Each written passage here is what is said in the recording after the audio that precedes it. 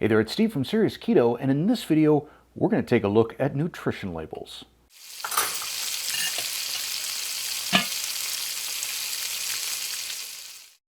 Now this video is not just for keto newbies, but also for people that are a little bit more seasoned in keto and perhaps have gotten a little bit complacent or a little bit trusting in terms of looking at keto products.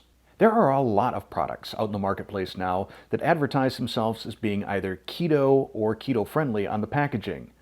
The problem is, there's not, as far as I'm aware, any sort of a standards organization that will certify something as keto, similar to like non-GMO or certified organic.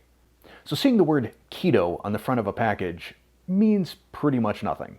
In fact, I have seen products advertised as keto that will have 17, 20 grams of carbohydrates per serving, and still the net grams are up around 10. That's just not going to fit in to most people's ketogenic lifestyle. Additionally, there are a lot of products that if you just look at the front of the bag, you'll probably think, yeah, that'll fit into my ketogenic lifestyle.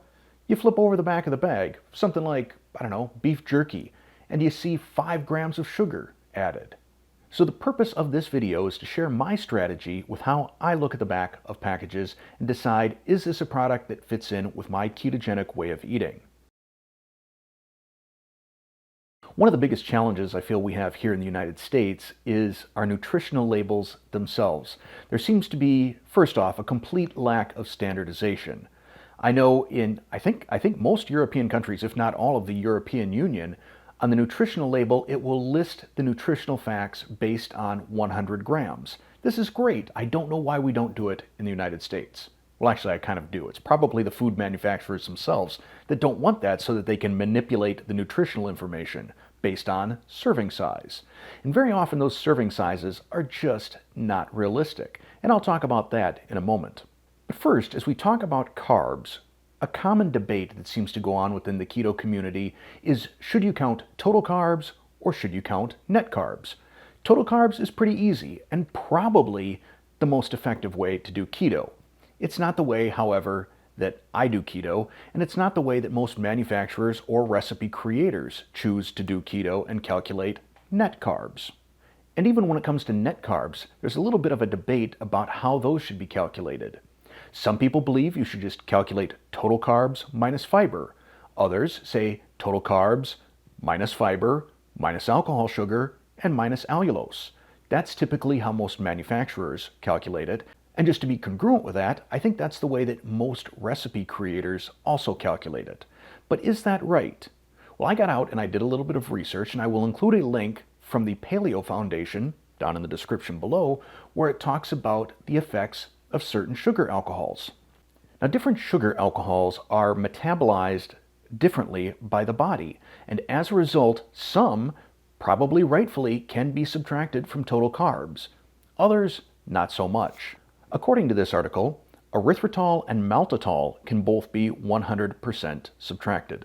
Sorbitol can be 75% subtracted, isomalt 70% subtracted, xylitol 65% subtracted, and then you get into things like maltitol, which is different from malitol. Maltitol, 50% of that can be counted towards net carbs. Now that's a lot to have to remember when you're trying to do a quick calculation off the back of a package at the grocery store. As a result, I tend to avoid certain sweeteners, and I'm going to talk a little bit about that as well once we get into ingredients. So when I'm looking at packages for something that contains some sort of a sweetener, generally I'm looking for erythritol and allulose. To me, those are sort of the safe ones in my opinion for me. The other big problem with nutritional labels here in the United States is that you are allowed to round down. Now, I don't know exactly what the threshold is, whether it's 0.8 or 0.5 of a gram that allow you to suddenly call it 0 grams. An example of this, and it's one that I think keto people can fall victim to periodically, is heavy whipping cream. So very often, the back of the carton of heavy whipping cream will list it as 0 carbs, serving size 1 tablespoon. The reality is, it's 0.4 of a gram of carbs. Now, while that may not seem like an awful lot, depending on how much you're using, that can add up and start cutting into your daily carb count. And this is a big reason why I switched away from using Carb Manager as the app that I use to calculate the macros on my recipes to Chronometer. So with Chronometer, you'll see that heavy whipping cream has 0.4 of a gram of carbohydrates per tablespoon, whereas if you're using Carb Manager, it lists it as 0 grams. A recipe that I had planned on doing a video of probably a year or so ago on this channel was pollo in salsa verde. It's just shredded chicken thighs, slow cooked in green sauce. And the green sauce that I use is Recaito from Goya. I looked at the back of the bottle and I saw 0 grams of carbs. I thought, this is awesome. I can basically make a carb-free Mexican dish right here in my crock pot. But then I started looking at the ingredient list and things just didn't add up. For one thing, I saw modified food starch. That should register as a carb. I also saw soybean oil on that list, which, although it's not a carb, it is a heavily processed seed oil and not something that I generally want to eat. And finally, it has monosodium glutamate, which historically I have not been especially concerned about.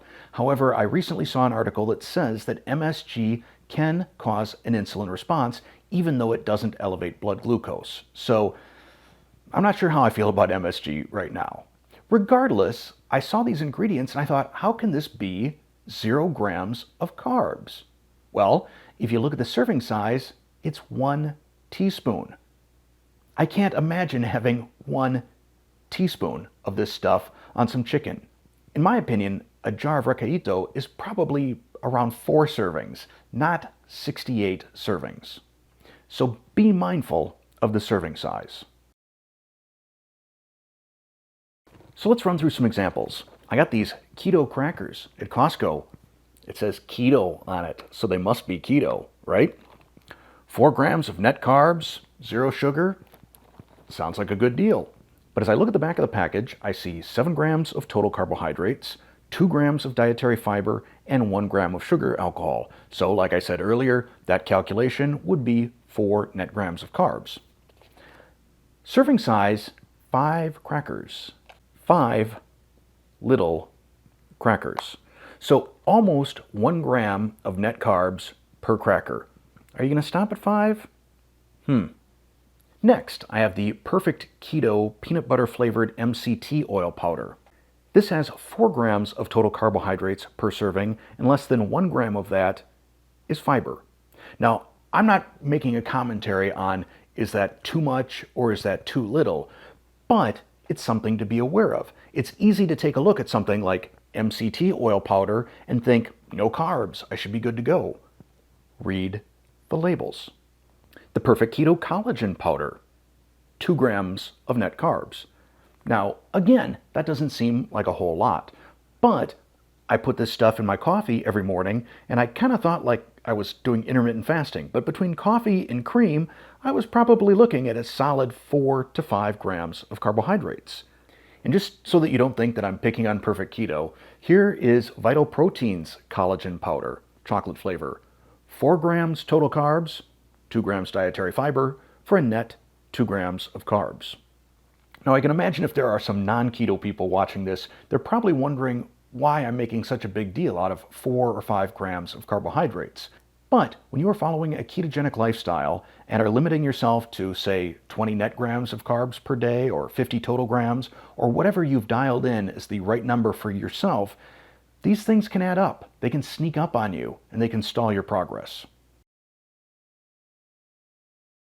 And that brings us to the topic of ingredients. But before I start talking about ingredients, I want to share a little bit of my past with you. Back when I worked at GE, I was often called in as a facilitator or arbitrator when there were 2 business groups that had to negotiate over conflicting goals. And one of the things that I would tell them is pick the hill you want to die on, meaning you need to be willing to negotiate. Not everything can be non-negotiable. And I would give you the same advice as you're looking at ingredient lists. Determine what is your kryptonite. What are the things that are just absolutely a no-go? If you see them on the ingredient list, that package goes back on the shelf. I have some viewers for whom that list is probably as long as their arm. And they like to not only police what they eat, but police what other people eat. They want to police what I put in my recipes. And if you've watched any of my video podcasts, you know I'm not a big fan of the ingredient police. I believe absolutely in policing ingredients for yourself. As I said, know what your kryptonite is. And by that I mean, what affects your blood sugar? what may knock you out of ketosis, what may cause you inflammation, what may cause you gastrointestinal issues. Are there things that you're allergic to? These are important. These are the non-negotiables. For me, the main things that I avoid are the processed seed oils, wherever possible, especially soybean oil. That seems to show up in a lot of products, and I find that whenever I have it, I have an inflammatory reaction. My knuckles start to hurt, they get stiff, they feel a little swollen up. Same with my knees. I may start to feel tendinitis in my elbows, sometimes even a backache, sort of through the rib cage. So soybean oil, that's a big no-go for me.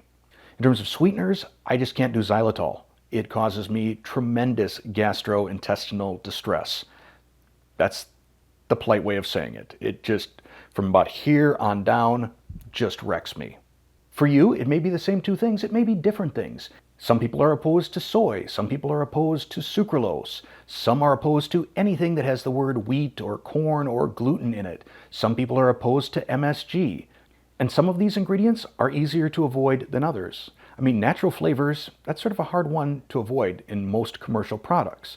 Ultimately, what I'm saying though is you do you know what affects you, and police yourself. So let's take a look at some ingredient lists on some products. First off, I've got these Green Giant Veggie Tots, broccoli and cheese. Well, broccoli, that's keto. Cheese, that's keto. This should be doable, right? Well, in a serving size of 6 pieces, we have 15 grams of total carbohydrates, 2 grams of dietary fiber. Not so keto. As we go through the ingredient list, what's the number 2 ingredient? Soybean oil. That's the deal breaker for me. As we go on, I'm sure we're going to see a bunch more. Enriched flour, okay, that's feeling not especially keto to me. I think if 2 out of the first 3 are not keto, I can just save myself some time and put this package away. But what about something that really ought to be keto? My son bought me these pork rinds, spicy dill. Oh, were they good. So very good. But I then took a look at the back of the package. While there is only 1 gram of carbohydrates in a serving, as we look at the ingredients, what do we see? Besides our pork rinds, sunflower oil, which, if you do a little bit of research on, can release toxins at higher temperatures. I don't know that that's necessarily the best oil. Moving on a little bit further, we have maltodextrin, very often added to spices and seasonings. We have sugar, modified food starch, canola oil, another inflammatory oil. Bummer on these pork rinds. Another example, enchilada sauce. I've got the Old El Paso right here. As we look at the ingredients, we've got modified cornstarch. I don't know that that concerns me a ton, but soybean oil does, and that's on the list. This goes back on the shelf. Alternatively, here is the Frontera brand of enchilada sauce. Again, also 4 grams of total carbs. So we go through the list. This looks quite a bit more clean. The only thing I see on here is cane sugar. And to me, if it's far enough down the list and I don't think it's going to knock me out of ketosis, I don't get real worked up about it. Now, the reason I decided to make this video is very often I will get comments from people asking, why has my keto stalled? And I think one of the first places you need to take a look is the back of the packages of the food you're eating. And to recap the steps that I follow. First, determine what is going to be your allotted number of carbs, either total or net per day. Number 2, figure out how you are going to calculate your carbs. If you're calculating total, that's easy. You just look at the back of the package. If you're looking at net carbs, be prepared to do a little bit of math, be prepared to read the ingredients as well, and absolutely be prepared to look at the serving size and determine, is that realistic for you?